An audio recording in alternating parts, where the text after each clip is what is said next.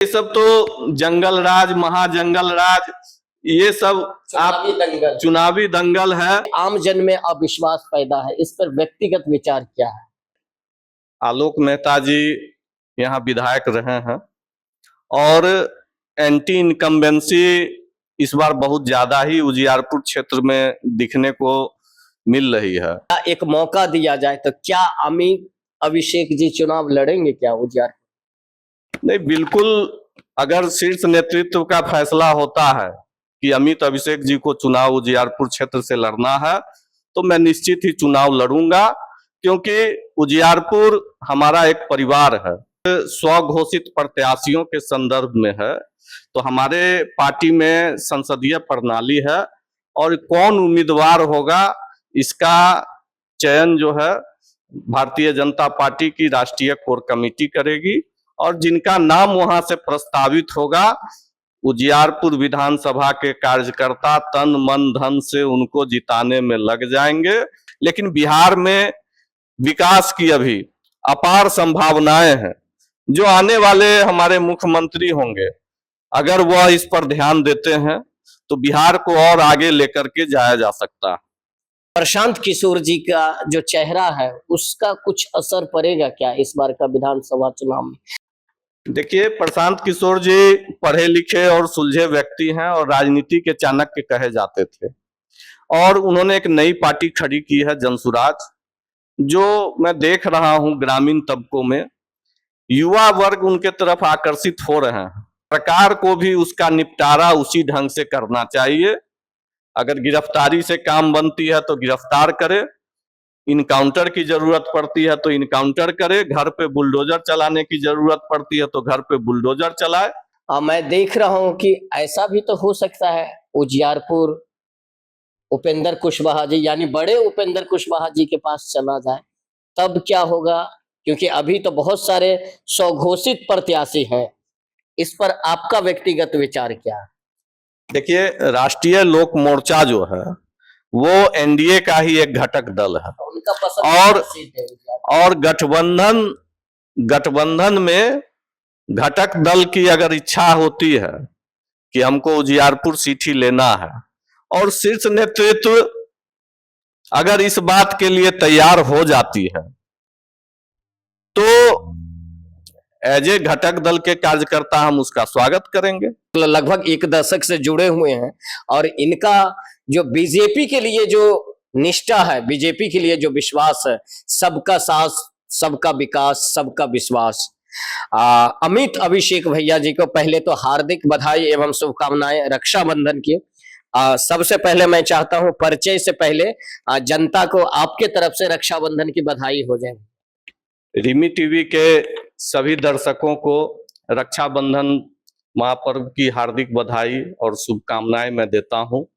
मैं अमित अभिषेक निदेशक हूं गौतम बुद्ध आईटीआई और दल सिंह सराय टेक्निकल प्राइवेट आईटीआई का और भारतीय जनता पार्टी का एक साधारण कार्यकर्ता हूं और उजियारपुर विधानसभा से पिछली बार मैंने काफी प्रयास किया था और पार्टी को मजबूत करने का काम हमने किया था और कोविड के समय जब लोग घर से नहीं निकल रहे थे उस समय क्षेत्र में निकल करके भाजपा का झंडा उजियारपुर के क्षेत्र में मैंने बुलंद करने का काम किया था। वो भी एक समय था, बहुत कठिन समय था, लोग घर से निकलते नहीं थे और आप फील्ड में जन सेवा के लिए निकले हुए थे। आज के समय में बिहार विधानसभा चुनाव सर पे है और मैं देख रहा हूं कि उजियारपुर के जनता एक बदलाव से गुजर रही है। क्या लगता है उजियारपुर में अपना, क्योंकि बीजेपी भी तैयारी करती रहती है, इस बार सीट निकालेगी क्या? और बहुत सारे लोग दावा ठोक रहे हैं जो हम प्रत्याशी हैं तो हम प्रत्याशी हैं, इस पे आपका व्यक्तिगत विचार क्या है? देखिए, उजियारपुर विधानसभा में भारतीय जनता पार्टी बहुत ही मजबूत स्थिति में है और कार्यकर्ताओं के हौसले काफी बुलंद हैं और भारतीय जनता पार्टी ने स्पष्ट कहा है कि उजियारपुर सीट से हम लोग चुनाव लड़ने जा रहे हैं और जहां तक स्वघोषित प्रत्याशियों के संदर्भ में है तो हमारे पार्टी में संसदीय प्रणाली है और कौन उम्मीदवार होगा इसका चयन जो है भारतीय जनता पार्टी की राष्ट्रीय कोर कमेटी करेगी और जिनका नाम वहां से प्रस्तावित होगा उजियारपुर विधानसभा के कार्यकर्ता तन मन धन से उनको जिताने में लग जाएंगे और कोई कोर कसर नहीं छोड़ी जाएगी, जो भी उम्मीदवार हो। जनता ये भी जानना चाहती है, ऊपर से अगर आदेश आता है कि अमित अभिषेक जी भी चुनाव लड़े या एक मौका दिया जाए, तो क्या अमित अभिषेक जी चुनाव लड़ेंगे क्या उजियारपुर? नहीं, बिल्कुल। अगर शीर्ष नेतृत्व का फैसला होता है कि अमित अभिषेक जी को चुनाव उजियारपुर क्षेत्र से लड़ना है तो मैं निश्चित ही चुनाव लड़ूंगा, क्योंकि उजियारपुर हमारा एक परिवार है। हमारे दादाजी भी वहां से विधायक रहे हैं, दलसिंहसराय विधानसभा से उजियारपुर प्रखंड जो है उसमें समाहित था और जब जब वो चुनाव लड़े हैं तब तब उजियारपुर के लोगों ने झोली भर के वोट देने का काम हमारे परिवार को किया है। उनके इस एहसान को हम लोग चुका नहीं सकते हैं। अगर पार्टी यह निर्णय लेती है कि अमित अभिषेक को चुनाव लड़ना है तो अमित अभिषेक निश्चित चुनाव लड़ेंगे। कार्यकर्ताओं का भी साथ है, उजियारपुर के मतदाताओं का भी साथ मिलेगा। अब मैं देख रहा हूं जो पिछले 15 से 20 सालों से सीट तो निकाल नहीं पाई है बीजेपी, लेकिन इस बार अग्रिम बधाई देते हैं जो सीट निकाले, क्योंकि जनता बदलाव चाहती है उजियारपुर विधानसभा में। अच्छा, बीते हुए जो 15 साल रहे, जो सत्ताधारी लोग रहे, उनके कार्य को लेके भी आम जन में अविश्वास पैदा है, इस पर व्यक्तिगत विचार क्या है? देखिए, 15 साल से आलोक मेहता जी यहाँ विधायक रहे हैं और एंटी इनकम्बेंसी इस बार बहुत ज्यादा ही उजियारपुर क्षेत्र में दिखने को मिल रही है, क्योंकि जब वो लोकसभा में भी प्रत्याशी थे तो उजियारपुर क्षेत्र से आरजेडी की हार ही हुई थी। तो एक तरह से यह कहा जा सकता है कि उजियारपुर विधानसभा में एंटी इनकम्बेंसी है और इस बार उनके विपरीत माहौल बना हुआ। बीजेपी में एक संशय है, अगर बीजेपी विधानसभा टोटल मतलब ये 243 सीटें जीतती है तो अगला मुख्यमंत्री कौन है? क्योंकि अभी चाचा भी कंफ्यूज में है जो वो मुख्यमंत्री होंगे या नहीं।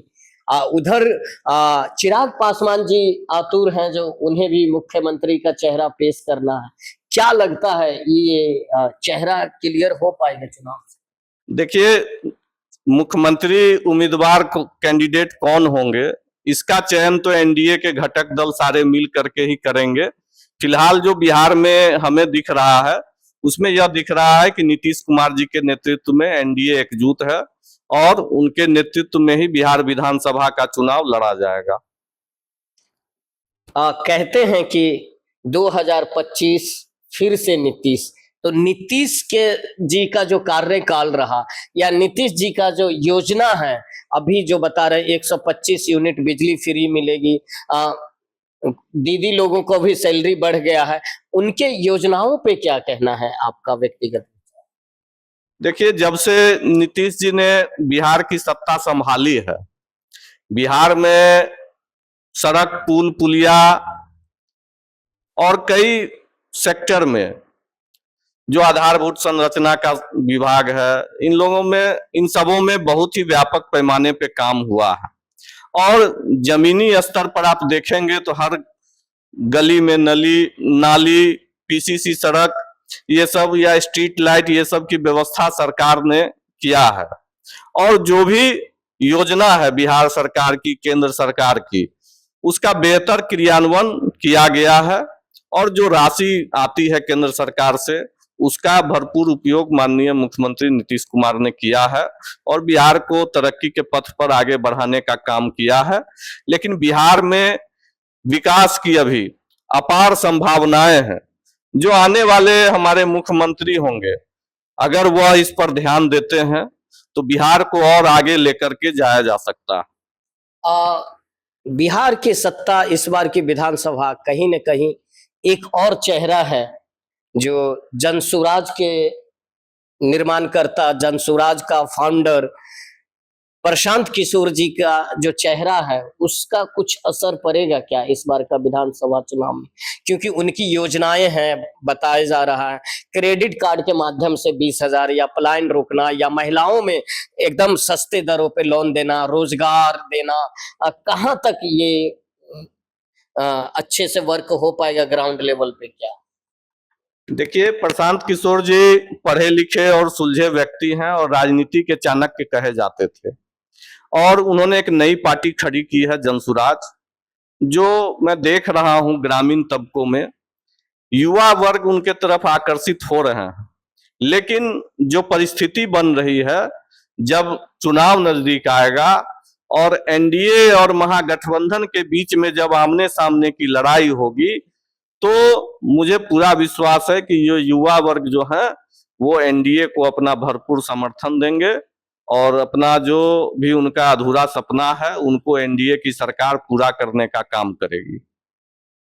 लेकिन अभी जो मैं देख रहा हूँ सोशल मीडिया पर देख रहा हूँ और लोगों का व्यूज उजियारपुर में भी कई जगह आम लोगों से मिले हैं, जन सुराज आएगा तो 5 काम हो जाएगा, ये एक जुमला है या सच में कुछ तो असर होगा क्या इस बार विधानसभा चुनाव में? वोटर को लुभाने के लिए हर पार्टी अपना अपना एजेंडा तय करती है, लेकिन एनडीए ने जो विकास के पैमाने तय किए हैं या जो भी योजना चलाई है उसको धरातल पर उतार करके दिखाने का काम किया है।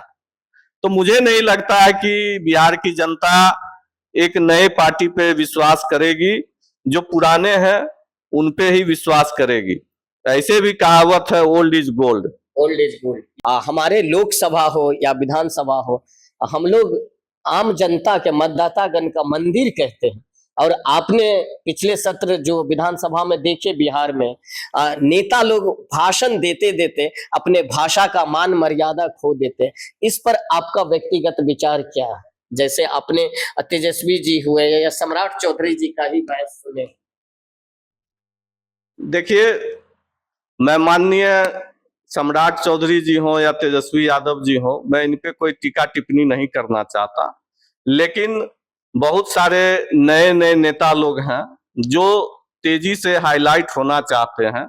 तो आजकल के इलेक्ट्रॉनिक मीडिया और सोशल मीडिया के दौर पे वो जानबूझ करके अंड बंड वक्तव्य देते हैं ताकि ज्यादा से ज्यादा लोग जाने, और सोशल मीडिया और इलेक्ट्रॉनिक मीडिया भी उनको हाईलाइट करके दिखाती है, जिससे वो देश भर में वो चर्चा का विषय बन जाता है। तो इसलिए मुझे लगता है कि ये लोग अंड बंड वक्तव्य देते हैं, आम आदमी के बीच में इसका कोई अच्छा इंप्रेशन नहीं पड़ता।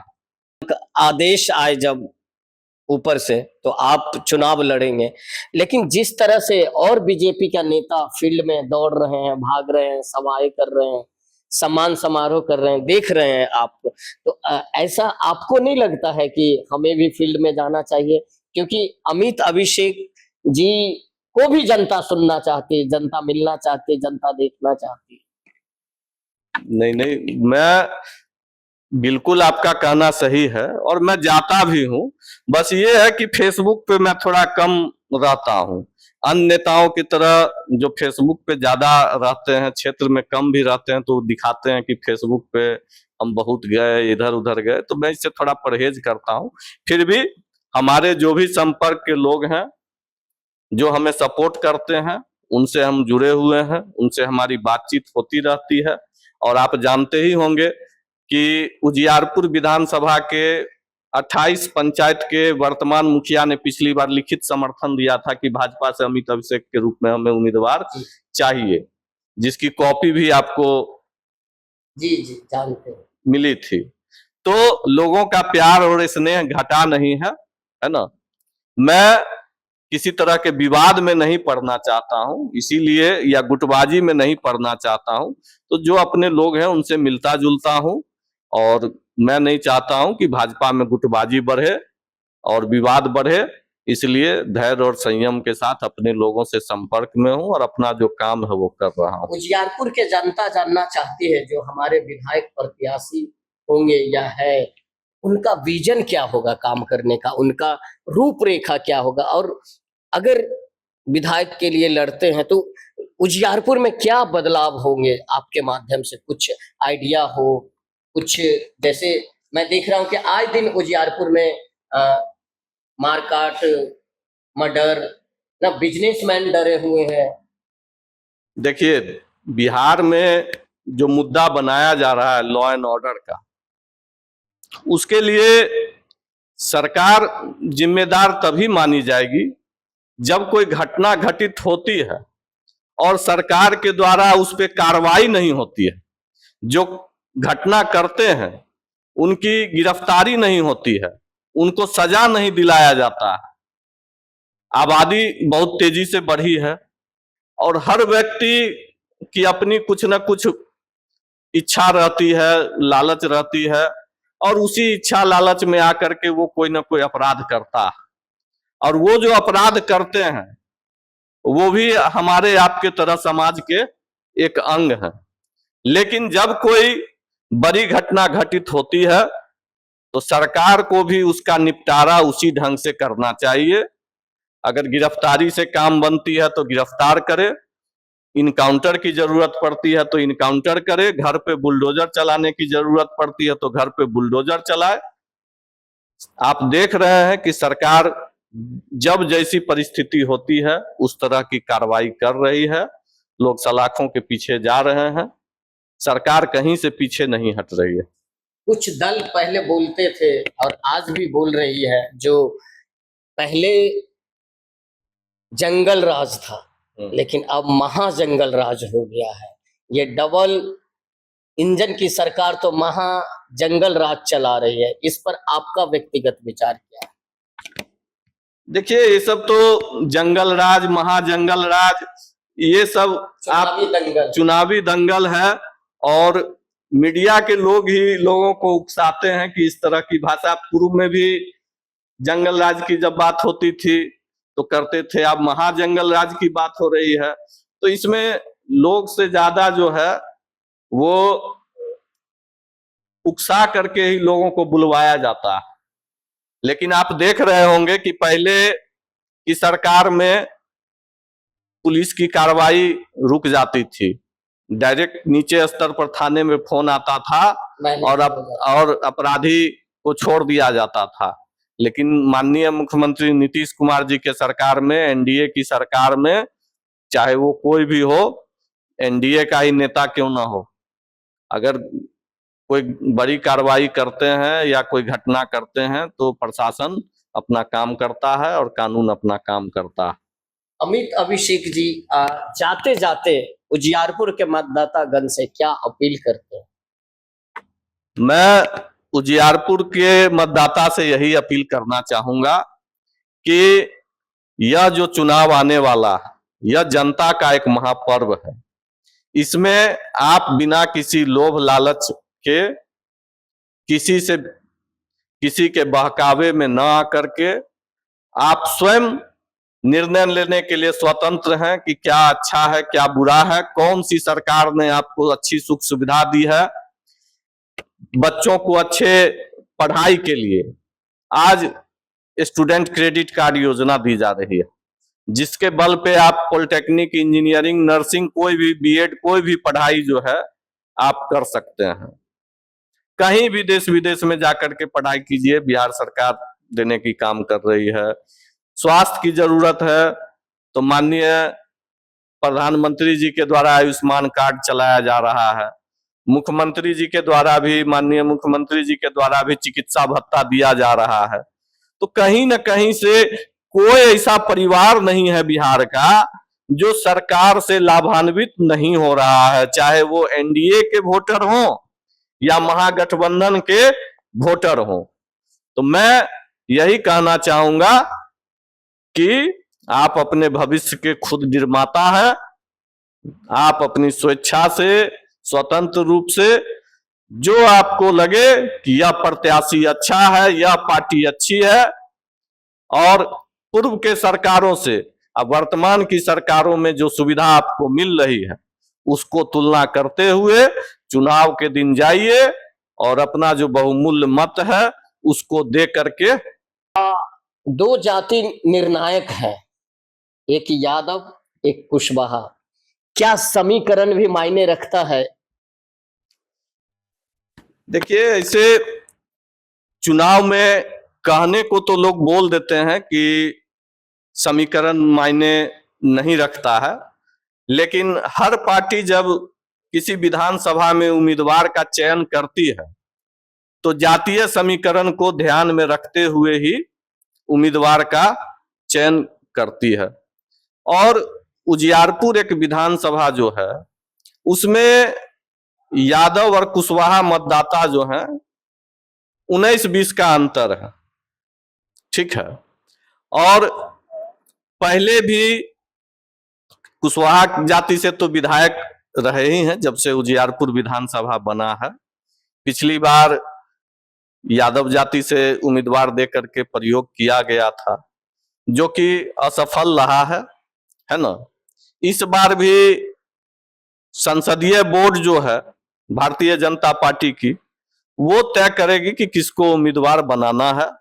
अब वो जाति देख के बनाती है या क्या बनाती है वो मैं नहीं कह सकता हूं, है ना। वो संसदीय बोर्ड अपना तय करेगी कि किसको उम्मीदवार बनाना है उजियारपुर से। उसके बाद उजियारपुर की मतदाता निर्णय करेगी क्या करना है नहीं करना है।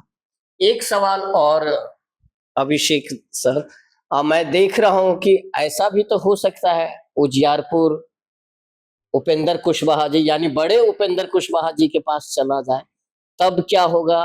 क्योंकि अभी तो बहुत सारे स्वघोषित प्रत्याशी हैं, इस पर आपका व्यक्तिगत विचार क्या है? देखिए, राष्ट्रीय लोक मोर्चा जो है वो एनडीए का ही एक घटक दल है। उनका पसंदीदा सीट है और गठबंधन में घटक दल की अगर इच्छा होती है कि हमको उजियारपुर सीट ही लेना है और शीर्ष नेतृत्व अगर इस बात के लिए तैयार हो जाती है तो एज ए घटक दल के कार्यकर्ता हम उसका स्वागत करेंगे। बिल्कुल। तो दर्शकों मैं बता दूं, उजियारपुर विधानसभा, आप मतदातागण बहुत भाग्यशाली हैं जब आप लोकसभा के क्षेत्र में भी आते हैं और विधानसभा के भी क्षेत्र में आते हैं। उजियारपुर हर नेता का पसंदीदा जगह होता है और जैसे बताए हैं बड़े वाले उपेंद्र कुशवाहा जी भी चाहते हैं कि उजियारपुर उनको मिले, जिस तरह सूत्रों के हवाले से ये खबर है। लेकिन वही वाली बात है, जब बहुत सारे बीजेपी के बहुत लोग हैं जो इस चुनावी दंगल में कूदे हुए हैं और चाहते हैं कि हम लड़ेंगे तो हम लड़ेंगे, कोई किसी से कम नहीं है। तो आप क्या सोचते हैं, सोच के बताइएगा जरूर। हम तो कामना करते हैं जो आला कमान आदेश करेगी, जो आला कमान कहेगी, उसके आदेशों का पालन किया जाएगा यहाँ पर। तो दर्शकों बहुत बहुत धन्यवाद। मैं एक चीज और जानना चाहता हूं और आम जनता जानना चाहते हैं, जो क्या समीकरण है, कितने मतलब सीटें हैं या कुशवाहा जाति का क्या वैल्यू है इस विधानसभा चुनाव? देखिए, जब हमारे दादाजी जब बिहार सरकार में मंत्री थे तो उस समय काफी संख्या में कुशवाहा के विधायक और सांसद भी थे यहाँ से, और अच्छी खासी संख्या में पार्टी से टिकट मिलती थी। तो एनडीए से भी हमें अपेक्षा है कि अधिक से अधिक संख्या में कुशवाहा जाति से समस्तीपुर जिला में उम्मीदवार, कुशवाहा बहुल क्षेत्र है, कुशवाहा जाति को उम्मीदवार बनाया जाए। क्योंकि इस बार कुशवाहा जाति को जो सम्मान देगा सरकार भी बिहार में उसी की बनेगी, स्पष्ट रूप से मैं कह रहा हूं। कुशवाहा जाति को जो इग्नोर करेगा बिहार में वो सत्ता से दूर चला जाएगा इस बार। तो कुशवाहा जाति का क्या समीकरण है, अभिषेक जी बता ही दिए हैं। अगर सरकार में रहना है, कुर्सी पर बैठना है, तो कुशवाहा जाति से दूरी और बैर कहीं ना कहीं खतरनाक हो सकता है। और आप लोग क्या सोचते हैं बताइएगा जरूर। तो दर्शकों, ये उजियारपुर विधानसभा को लेके विशेष हम लोग चर्चा कर रहे थे। चुनावी गलियारों में जो गलियों से गुजरते हुए हमारा प्रोग्राम आप लोग देख रहे थे। तो फिर मिलते हैं किसी और प्रोग्राम में, किसी और शख्सियत के साथ, किसी और विधानसभा क्षेत्र में। जय हिंद, जय भारत।